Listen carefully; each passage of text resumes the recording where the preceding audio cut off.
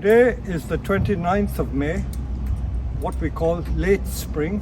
Once we get out of May, we then call it early summer, but we are still into late spring. And I'm going to talk today about the pruning of the pine candles on bonsai, and of course pine candle pruning or pine pruning with all pines. So let us look at this one first. We have different types of pines on the nursery. We have the 5-needle pine, or the Pinus parviflora, or Pinus pentaphylla. We have the 2-needle pine, which is Scotch pine, Japanese black pine, and so on. Many people don't understand the pruning of pines. They think it is very difficult, mainly because the candles confuse them. Unfortunately, because we have already reached the end of May, the candles have more or less elongated. I'm trying to find some which are still about to come out into shoots, but they've all started growing long. So just look at this one, for instance. In the last 2-3 weeks, it's already about 3 inches long. This is about 4 inches long, and it's got a cone at the end.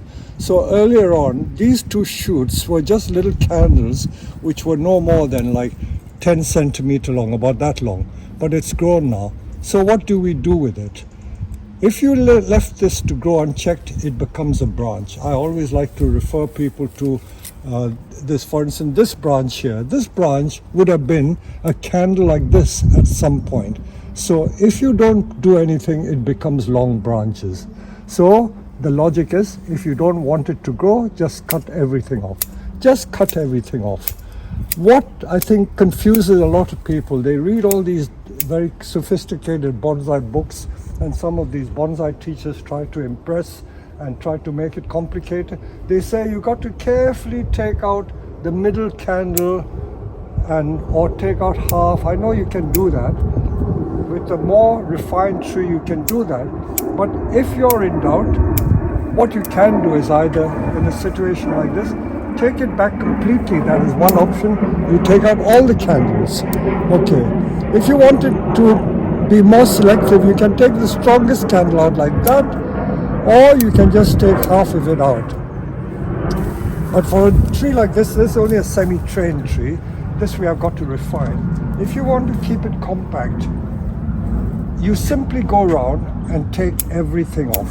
Don't worry about all these niceties. Just take everything off, and you will get what we call bud back, new shoots growing further into the branches. So that's all you do. Nothing more sophisticated than that. Just go around and shear it. It is no different from doing, say, a Japanese maple. It's the same principle. After all, they are just new shoots, but people confuse it by saying that they are candles. You've got to treat it in a different way.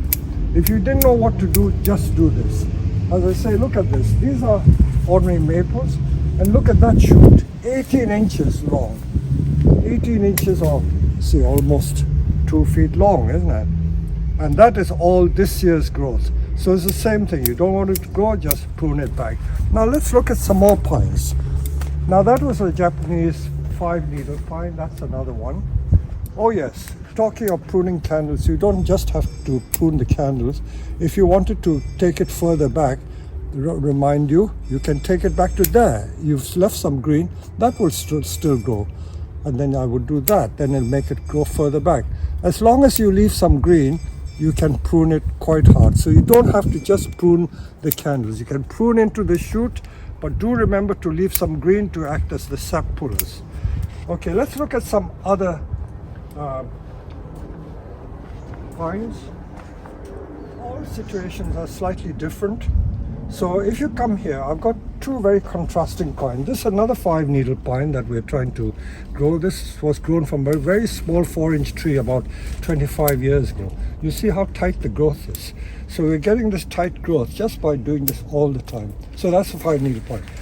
By contrast, look at this one. This is a great big bush of Bouvernensis. You see how bushy this tree is. And the bushiness of this tree has been created simply by taking all the candles off. So these candles, look at, I'm just going to pluck this shoot out, look at that. Now these candles, how many have we got? 1, 2, 3, 4, 5 new candles which are emerging. If I didn't want to let it grow, I can take all of them off like that, and then it'll go further back. If you want to do a halfway house, compromise, take half of it off. Just take half of it off. You still let it grow, but it won't let it grow that long. Usually the center candles tend to be the longest one, but it doesn't always follow. Look at this one. There are 4 candles here, and they're all the same length. They're all the same length, and there's a cone at the end. So what do I do there? I probably compromise, take half of it off. So this is what you got to do. When you think that you've got thousands of pines, this is going to be a very painstaking, long job to do all this, to keep the trees compact. Of course, these trees have to be pruned. They're used for making bonsai, so we'll be working on them a lot. Now, what have we got here? Now, these are those mugo pines that we sell. And these mugo pine is not one tree. There are about 8 or 9 seedlings in here. I can let it grow into a bigger tree. See, already it was up to here last year. These are 4 years old. So that was that last year. So if I let that grow, the tree will become another 3-4 inches bigger. So I may leave it to grow bigger because some people may want a slightly bigger mugo pine. So I will leave that to grow. But if you wanted to prune it, you can easily prune it. So let's move on to something else, because we've got so many examples. There's no shortage of examples. And while I pass, you see, as I said, pruning a pines is no different from pruning a deciduous tree. This is the Elaeagnus or gumi. So in spring there's so much to do, just going around pruning the ends. So pine pruning of the candles is no different from pruning the ends of deciduous trees. I'm not saying that's literally what it is, but you know, the principle is the same. You're just pruning. You're absolutely just pruning. Now let us see some other examples. Let me take you to another situation where you will find a slight difference. So let's go here. See, wherever you walk, there is a difference. Okay, let's look at this pine here. This is a Bouverensis pine. Let me pull it out for you to see. If you home in, you see how short these candles are. Because this tree has been pot bound, the candles are minuscule. It's only like 1/4 inch or 4 inch long. By the way, this white stuff is the insect pest called adelgids. I'm not trying to hide it, because you get pests flying all over the place, and on a big nursery you'll get pests. So when I see this, I'm going to spray it with an insecticide to kill the bugs off. If you don't spray the bugs, it will suck the sap and it will damage the tree. So just as well I spotted this. Now let me go to a more established bonsai. Now this is a very old Scotch pine. So this old Scotch pine, you can see the trunk, how old it is. If you home in, look at the fissures on that bark. It is really old tree. I would say this tree must be at least 40, 50, maybe more years old. And because it's an old tree, you look at the size of the candles. It is so small. It really is small. If you keep the camera running, don't turn it off, just focus on it, go close on it. I'll bring you another part.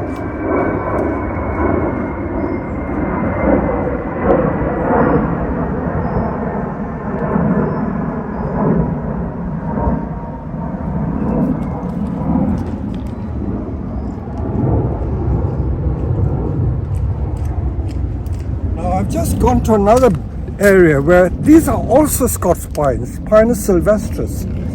And although these are only like 3 going on 4-year-old plants, look at the length of the needles.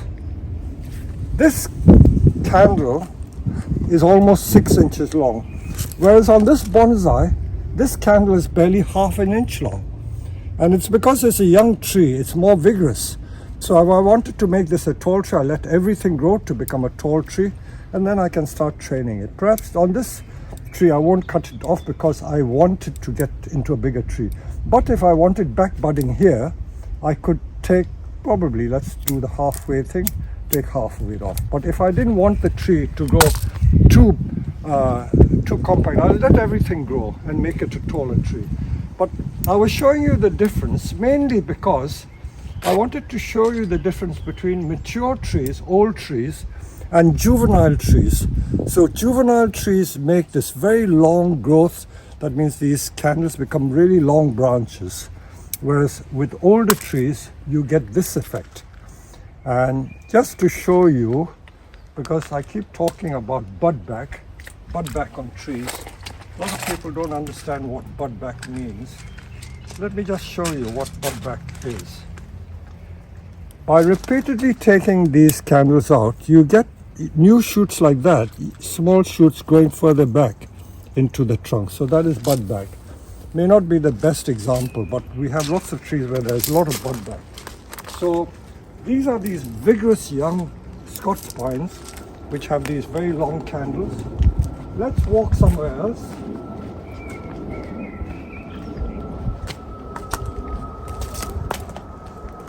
And if we come here, another example of a Scotch pine. This is a more established, again a very old one. And the older trees tend to have these very short candles as opposed to long candles like this. So because they're pot bound and not grown vigorously, they have short candles. So that is a nice situation to have as a bonsai. Let me show you some of our other trees because we have so many examples. See another example here. This is another mature pine, and you see how short the candles are. You get very short candles. That is another example there. You see very short candles coming on this one.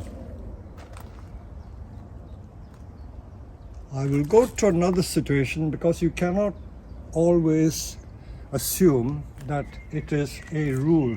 It is only what commonly occurs. I wouldn't say it is a guaranteed rule. I'll take you to another Scotch pine bonsai, and the candles are a bit longer if you come with us. We're just passing a white pine there.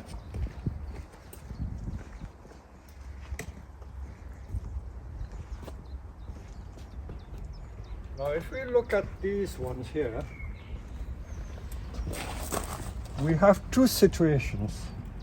This one, again, is one of these mature ones. The candles are quite short, but this one I deliberately left it to grow because I wanted to show you what I would do with it. I may have left it to grow too long, but no matter. Usually when you leave these candles to grow, all these are next year's cones. You see all these beautiful things are going to be cones. I don't want to let them grow. So I want to keep the tree compact. I will probably not cut down there. I will cut it down to about 1/4 inch like that. So this is how I would prune this pine. No selecting. See, some people say you got to take that one out, let the other one grow. You can do that if you want to extend that branch. But if you want to keep it under control, you literally go around shearing all these new shoots, new candles which have become branches. Can you imagine if you don't prune it, that tree will become that tall. So you've got to do this all the time, literally all the time. And you need to go in there, and some of these old needles can come out. So you can selectively prune and refine it, but main thing is to keep pruning it to keep it under control. So that is what you would do with that one. I haven't talked about black pine so far. Now to talk about black pine, I can do no better than show you. I have a black pine which is certainly over 100 years old. I've often talked about it, so let's walk there. It's right in the distance there.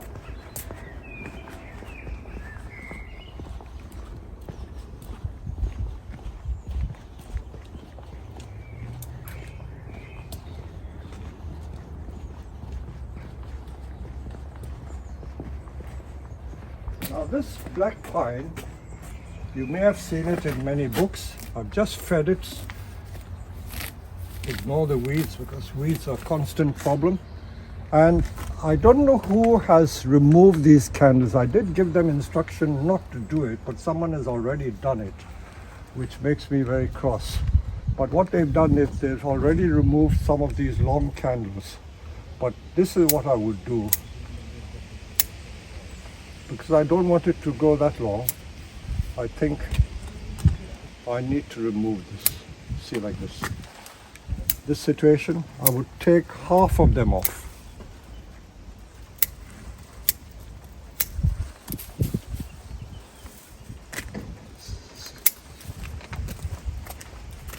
You notice that many of these new shoots, these new candles, they always carry the cones at the end.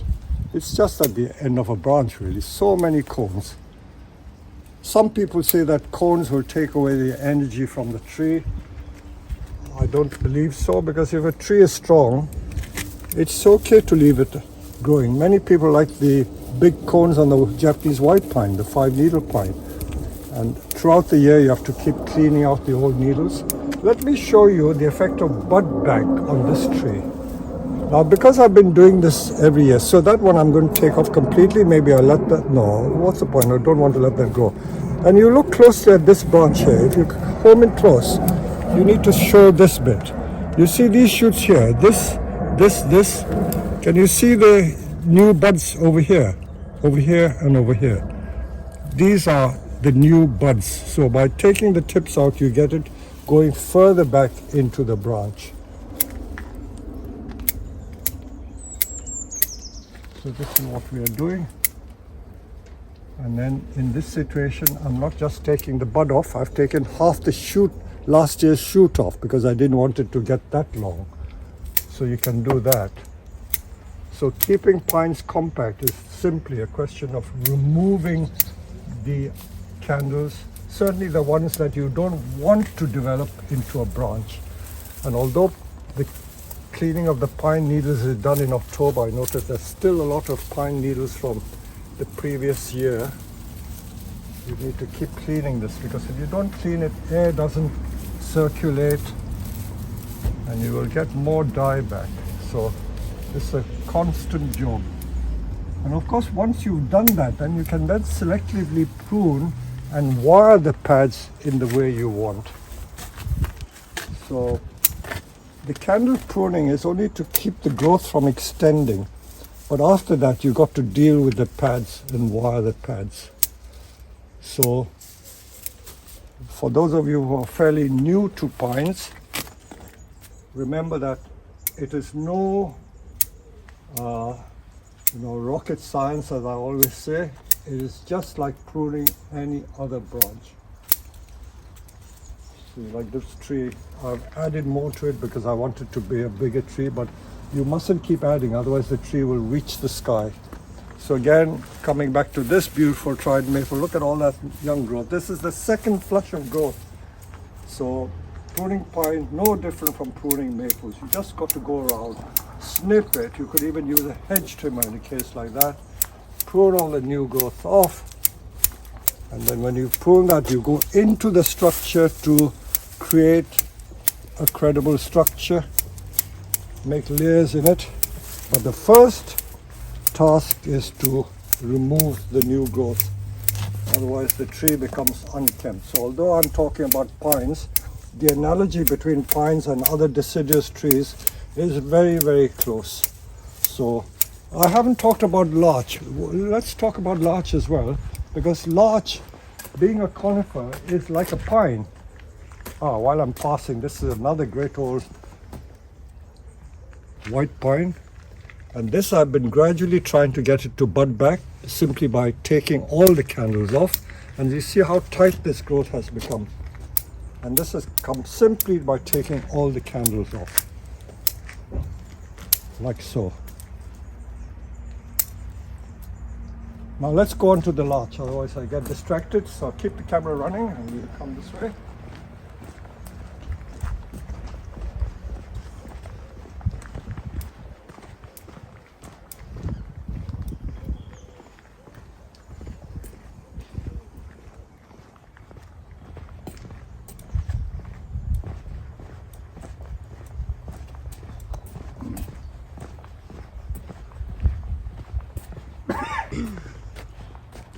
The larch, in both the Japanese and Chinese language, they call it the drop leaf pine. The Japanese call it karamatsu, meaning no leaf pine. Kara means nothing. So with larches, It is really like a pine. They don't produce candles as such, they just produce shoots. And all these long shoots are literally like the candles. So again, you got to prune them hard back to keep the pad structure. If you don't prune the shoots off, they just become long branches. If I wanted a long branch there, I would just leave that to grow. But once a tree has reached the stage that you want it to be at, you just keep it in shape by taking literally all the new shoots off. So although we don't call these candles with a larch, it is for all intents and purposes exactly the same as the pine candles. Lovely fragrance from the new shoots. So this is what we do. So this is new, but this has already become mature, but it's still not too late to do that. So all these long shoots, look at these lovely new cones that have come. Beautiful new cones. So this is the job we have to do at this time of the year. Spring is a very, very busy time of year. Apart from the watering that we have to cope with this year, I have counted the days. In the last 3 months, we probably had only like 4 days of proper rain. So it's been a very difficult year because most of our time has been spent in watering. But there's also this pruning to do. So as you can see, never-ending job. That's another one. This is my famous cascade larch, which I created in 1974. Semi-cascade, I think it is. And even this I have to keep doing to keep it compact. And we've already given it their first feed, first fertilizer. If you keep pruning and taking all the nutrients from the leaves, you have to feed it. So feeding is another job which is done at this time. See, they're all in different stages. This starch has got different color, but again we have to prune all these ends. This has not had a prune yet, so these have to be done like that. So the pruning of pines and larches is very, very similar. So I hope you've enjoyed this very short video, how to prune the candles of pines, and I hope you will be putting this into practice.